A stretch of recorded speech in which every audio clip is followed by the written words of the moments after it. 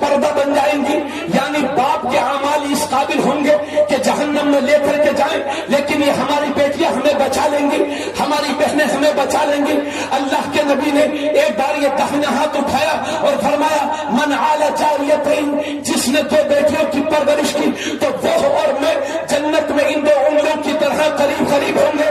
سبحان اللہ سبحان اللہ۔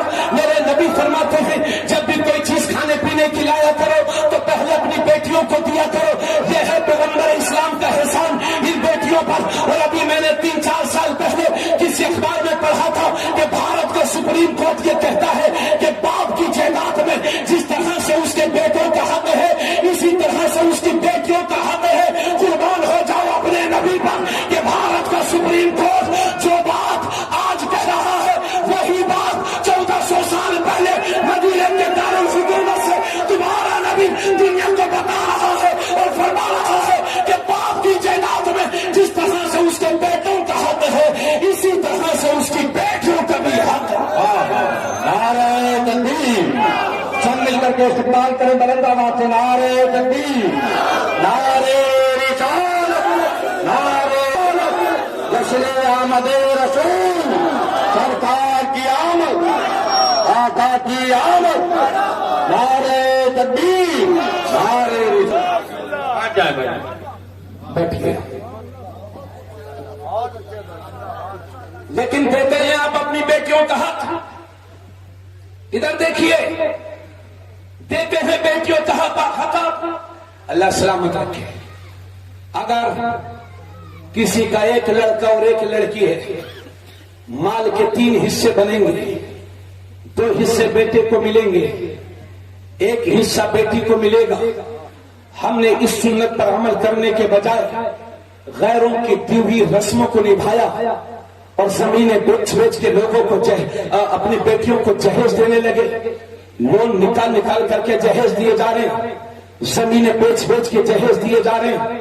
بھائی کیا تمہاری پوتیاں نواسی نہیں ہوں گی، پر پوتیاں نہیں ہوں گی تو اس وقت جب زمینیں بھی نہیں ہوں گی اور گھر میں کئی پوتیاں ہوں گی تب کیا کرو گے؟ کہیں ایسا نہ ہو کہ ہماری بیٹیاں وقت پر شادی نہ ہونے کی وجہ سے بھاگنے پر مجبور ہو جائیں۔ اس لیے رحم کرو اپنے معاشرے کے ساتھ، اور جہیز کے بھکاریوں جن ہاتھوں کو سسرال کے آگے پھیلاتے ہو، کاش انہی ہاتھوں کو راتوں میں اٹھ کر کے میرے رب کے حضور پھیلا دو تو میرا رب اتنا دے گا کہ تمہاری نسلوں سے غریبی کا خاتمہ ہو جائے گا۔ اس فضول خرچیوں نے، لمبے لمبے جہیزوں نے، لمبی لمبی باراتوں نے ہماری کتنی بیٹیوں کو بھاگنے پر مجبور کیا ہے۔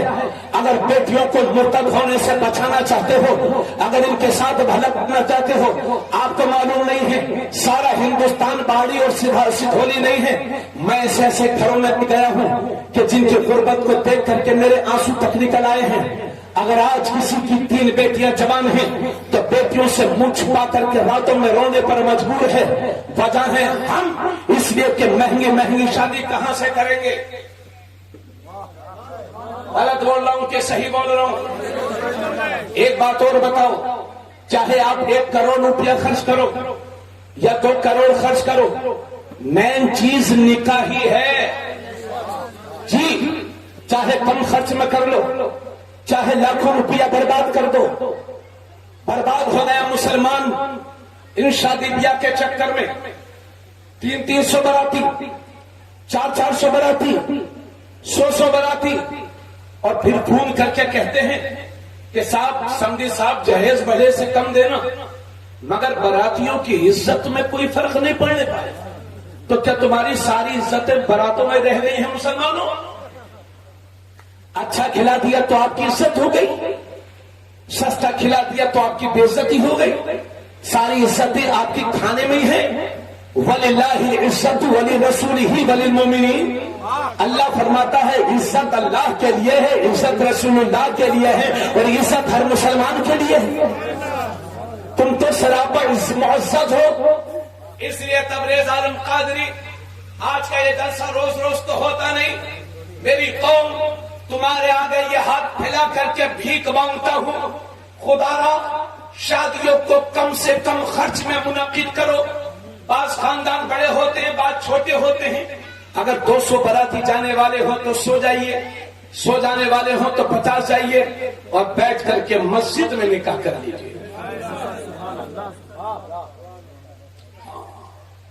میرے نبی کا حضرت میمونہ سے جو نکاح ہوا وہ مسجد میں ہوا تھا۔ ادھر دیکھو، مسجد میں ہوا تھا۔ حضرت علی اور حضرت فاطمہ کا جب ولیمہ ہوا تو میرے نبی نے بارات میں آنے والوں کو کھجور اور صرف پانی پیش کیا تھا۔ اس سے یہ پتہ چلتا ہے کہ قرض لے کر کے دکانیں بیچ بیچ کر، زمینیں بیچ بیچ کر ولیمے کرنا اور لوگوں کو کھانا کھلانا یہ ہمارے حق میں اچھا نہیں ہے۔ اگر تم براتوں میں رہ گئے، اسی میں اجڑ گئے اور ہمارے بچے جاہل رہ گئے تو آنے والا وقت ہمارے لیے اور بھی ڈینجر ہے۔ سچر کمیٹی کی رپورٹ یہ بتاتی ہے کہ 96% لوگ مسلمانوں میں بے پڑھے لکھے ہیں۔ جس قوم میں 3-4% لوگ پڑھے لکھے ہوں گے اور 96% لوگ بے پڑھے لکھے ہوں گے، اس قوم کا یہ حشر نہیں ہوگا تو اور کیا ہوگا؟ اس لیے میں آپ سے کہہ رہا ہوں، اے لوگوں، شادیوں کو سستا کرو اور اپنی حیثیت کے مطابق گھر بناؤ، ضرورت کے مطابق گھر بناؤ اور اپنی حیثیت سے بڑھ کر کے اپنے بچوں کو پڑھاؤ اور لکھاؤ۔ اس لیے کہ آنے والا وقت جہالت کا وقت نہیں ہے، آنے والا وقت علم کا وقت ہے۔ سطح کی چابیاں اسی قوم کے ہاتھ میں ہوں گی جس قوم کے نوجوانوں کے ہاتھ قلم اور کتاب سے سجے ہوں گے۔ اگر تم ایسے ہی سوتے رہ گئے تو دنیا ہمیشہ کے لیے تمہیں سلا دے گی۔ اس لیے یہ فیصلہ کر کے جاؤ، کپڑے بھرے سے پرانے پہن لینا مگر اپنے بچوں کو جاہل نہ رہنے دو، ہے نا، روٹیاں سوکھی کھا لو مگر اپنے بچوں کو جاہل مت رہنے دو، اس لیے کہ آنے والا وقت علم کا وقت ہے۔ اگر ایسے ہی سوتے رہ گئے، رسمیں نبھاتے رہ گئے تو ہمیشہ کے لیے فنا کر دیے جاؤ گے۔ اس لیے اٹھو، بیدار ہو جاؤ، اپنی حیثیت سے پڑھ کر کے اپنے بچوں کو پڑھاؤ اور لکھاؤ۔ اور یہ بھی جان لو، دنیا کی ساری یونیورسٹیز، دنیا کے سارے کالجز، دنیا کے سارے اسکولز یہ ڈگری ہولڈر بناتے ہیں اور قرآن بہترین انسان بناتا ہے۔ اس لیے سب کچھ پڑھائیے مگر اپنے بچوں کو قرآن ضرور پڑھائیے۔ قبر عالم کی قادری کی باڑی والوں، خواہش یہ ہے کہ باڑی کے ہر بچے کے ہاتھوں میں قلم ہو اور دل محبت رسول سے سجا ہو، اسی میں تمہاری کامیابی ہے۔ سبحان اللہ، سبحان اللہ، ماشاء اللہ، سبحان اللہ، زندہ باد، زندہ باد۔ نوجوانوں، یہ فیصلہ کرو کہ انشاءاللہ ہم کم سے کم باراتی لے کر کے جائیں گے۔ مسجدوں میں نکاح کرو تاکہ تمہارے لاکھوں روپیوں کی بچت ہو، اور یہ فیصلہ کرو کہ بیٹوں والوں، خاص طور سے آپ سے گزارش ہے، کسی طرح کی کوئی ڈیمانڈ نہ کرو، جہیزوں کی ڈیمانڈ نہ کرو تاکہ غریب بچیوں کی شادی بھی آسانی کے ساتھ ہو جائے، ورنہ جو حالات آپ کے نگاہوں کے سامنے ہیں اس سے بھی خطرناک حالات کا سامنا آپ کو کرنا پڑے گا۔ اتنی باتوں کے بعد ادھر دیکھیے، قوم کی بیٹیوں، تم سے عرض کروں گا کہ جب پیغمبر اسلام نے، ادھر دیکھیے، پیغمبر اسلام نے میری بہنوں تم پر اتنا احسان کیا ہے تو تمہاری بھی تو یہ ذمہ داری بنتی ہے کہ اپنے پیغمبر کی تعلیم پر عمل کرو۔ آج شادیوں میں جو بے پردگی ہو رہی ہے، اللہ کی پناہ 50-50 سال کی عورتیں، 55-60 سال کی عورتیں اتنا میک اپ اور بناؤ سنگار کر رہی ہیں کہ پوتا دیکھتا ہے تو کہتا ہے اللہ میری دادی کو کیا ہو گیا ہے۔ جی، کسی مولانا کی نہیں سنیں گی، کسی عالم کی نہیں سنیں گی۔ ایسا بے پردگی کا بول والا ہے، بولو صحیح بول رہا ہوں کہ غلط؟ اور بھائی صاحب، میں نے تو شادیوں میں جانا ہی چھوڑ دیا ہے، بہت کم جاتا ہوں میں، اس لیے کہ ایسی بے پردگی دیکھنے کو ملتی ہے۔ اللہ جانے کیا ہو گیا ہے اس مسلمان کو۔ بھائی صاحب، یہ رونے کا مقام ہے۔ اور ایک بات اور دیکھنے میں آ رہی ہے، جب تک غریب تھے تب تک گھروں کی عورتیں پردہ کر رہی تھی، لیکن جیسے ہی امیر ہو گئے تو سیٹھ جی کی بولی بدل گئی۔ اب سیٹھ جی کہہ رہے ہیں کہ دل کا پردہ ہوتا ہے، آنکھوں کا پردہ نہیں ہوتا. یہ مولوی غلط بولتے ہیں. سیٹھ جی کی بولی بدل گئی. جب تک غریب تھے تو ان کی بیویاں گھر میں رہتی تھی، مگر جب پیسے آ گئے تو میاں لولو مال میں ماڈرن بن کے گھوم رہی ہیں. ارے الٹی کھوپڑی کے سیٹھ، کان کھول کے سن، شریعت تیری محتاج نہیں ہے، تو شریعت کا محتاج ہے. اس لیے عقل شریعت میں عقل کے گھوڑے نہ دوڑا. اور سنو میرے نبی کی حدیث، ترمذی شریف کی حدیث ہے. اللہ کے نبی تشریف فرما ہے، ساتھ میں نبی کی دو بیویاں ہیں. ایک کا نام ہے حضرت ام سلمہ، دوسری کا نام ہے حضرت زینب. اتنے میں سامنے سے ایک صحابی چلے آ رہے ہیں، نام ہے ان کا حضرت عبداللہ ابن مکتوم، جن کے ظاہری بینائی جا چکی تھی. وہ نابینا تھے، وہ دیکھ نہیں پاتے تھے. میرے نبی نے دیکھا کہ عبداللہ ابن مکتوم آ رہے ہیں تو دونوں بیویوں سے فرمایا پردے میں ہو جاؤ، آڑ کر لو، حجاب کر لو، پردے میں ہو جاؤ. عبداللہ ابن مکتوم آ رہے ہیں، اندر چلی جاؤ. تو حضرت ام سلمہ سے رہا نہ گیا، عرض کرتی ہے یا رسول اللہ، یا عبداللہ ابن مکتوم ہی تو ہے، یہ تو نابینا ہے، یہ ہمیں دیکھ تھوڑی رہے ہیں. تو میرے نبی فرماتے ہیں ام سلمہ اگر یہ تمہیں نہیں دیکھ رہے تو تم تو ان کو دیکھ رہی ہو.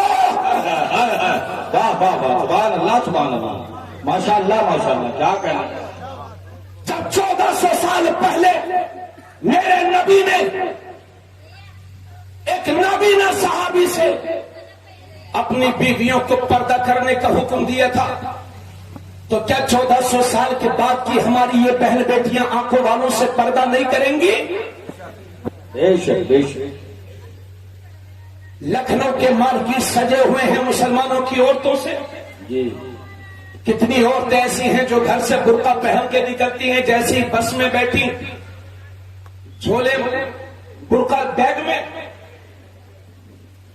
بولو یہی چل رہا کہ نہیں؟ خدا کی پناہ میری بہن اس بد تہذیبی سے بچ. پچھلے 3-4 سال سے اپنے ملک میں حجاب کا مسئلہ چل رہا ہے. اگر تم نے ہمارا ساتھ نہیں دیا تو ہم کو ذلت اٹھانے پڑے گی.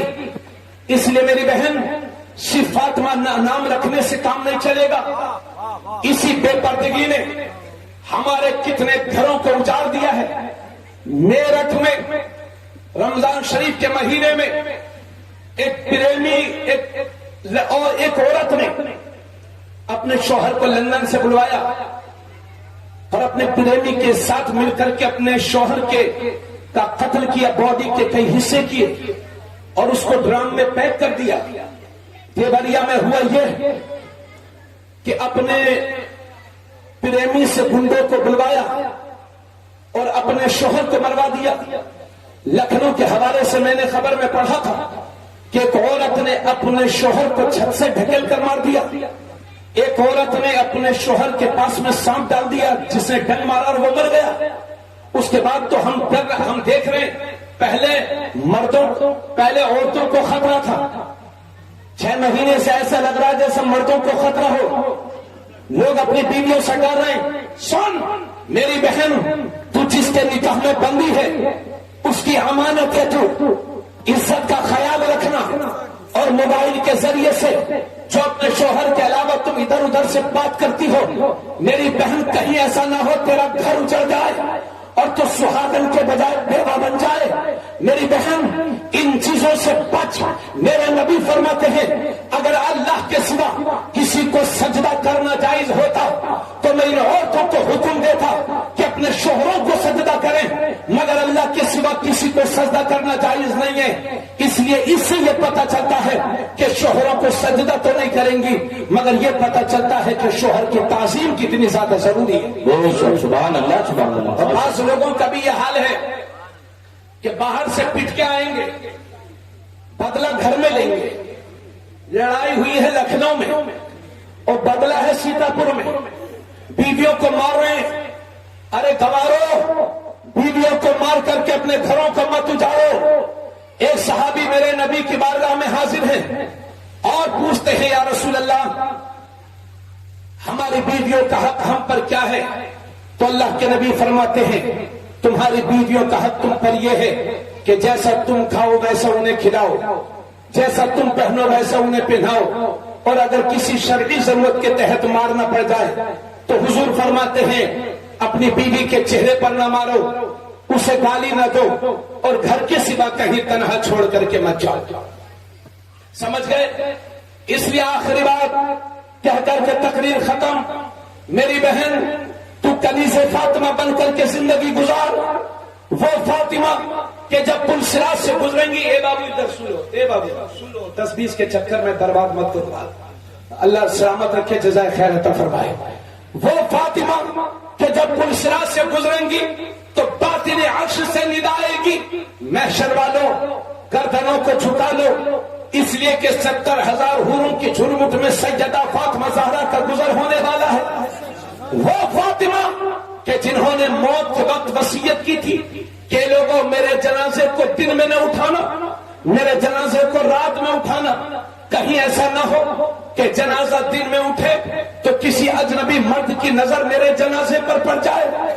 فاطمہ وہ ہے کہ جن کے دوپٹے کے آنچل کو کبھی چاند و سورج نے نہیں دیکھا تھا، اس لیے آج میری بہن سیدہ فاطمہ زہرا کا واسطہ دے کر کے تجھ سے کہتا ہوں، آج کے بعد بغیر برقع پردے کے کہیں باہر مت نکلنا، اگر کہیں ضرورت پڑے تو پردے کے ساتھ رہنا، بے پردگی کی عادت چھوڑ دے اور اسی شادی میں شرکت کرنا جہاں تیری بے پردگی نہ ہونے پائے۔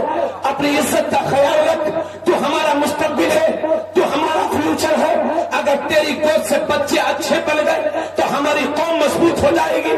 ارے میرے بھائی، 1500 سالہ میلاد النبی کے اس حسین موقع پر یہ وعدہ کرو، اپنے آپ سے یہ وعدہ کرو، حضرات یہ میری سانسیں جب تک چل رہی ہے آپ کے درمیان تقریر کروں گا، لیکن زندگی کی سانسیں کب تھم جائیں کوئی بھروسہ نہیں ہے، آپ کی سانسیں کب تھم جائیں کوئی بھروسہ نہیں ہے۔ پہلے روڈ کچے ہوتے تھے، ایکسیڈنٹ ہوتے تھے، ایک دو لوگ مرتے تھے، آج ایکسپریس وے بنے ہوئے ہیں، پوری کی پوری گاڑی پلٹتی ہے اور پوری کی پوری فیملی فنا ہو جاتی ہے۔ اسی باڑی کے قبرستان میں، سدھولی کے قبرستان میں ایسے ایسے لوگ بھی آرام فرما رہے ہیں کہ جب وہ باڑی میں بولتے تھے تو 4 آدمی ان کی باتوں کو سنا کرتے تھے، مگر جب وہ دنیا سے چلے گئے تو ان کے پوتے کو بھی یہ خبر نہیں ہے کہ میرے دادا کی قبر کہاں ہے۔ اس لیے میرے دوست، دھوکے میں مت رہنا، 1500 سالہ میلاد النبی منا رہے ہو، آج ہی اپنے آپ سے یہ وعدہ کرو، معلوم نہیں زندگی کی شام کب ہو جائے، یہ وعدہ کرو اپنے آپ سے کہ انشاءاللہ آج کے بعد کبھی نماز نہیں چھوڑیں گے، انشاءاللہ آج کے بعد کبھی جھوٹ نہیں بولیں گے، انشاءاللہ کبھی حرام نہیں کھائیں گے، انشاءاللہ کبھی شراب نہیں، انشاءاللہ کبھی جوا نہیں کھیلیں گے، انشاءاللہ پڑوسیوں کے حقوق ادا کریں گے، انشاءاللہ ایک اچھے مسلمان بنیں گے۔ تم مجھے یقین تو دلا دو، پھر میں تمہیں یقین دلاتا ہوں، ان حالات سے گھبراؤ نہیں، پریشان نہ ہو، فکر نہ کرو، یہ بادل ہیں اڑ جائیں گے، آندھیاں ہیں رک جائیں گی، طوفان ہے تھم جائیں گے، اسلام کا اجالا قیامت تک رہے گا۔ میری قوم، تو اپنا راستہ سیدھا کر لے، اگر راستے میں پتھر بھی ہوں گے تو اللہ موم بنا دے گا، کانٹے بھی ہوں گے تو پھول بنا دے گا۔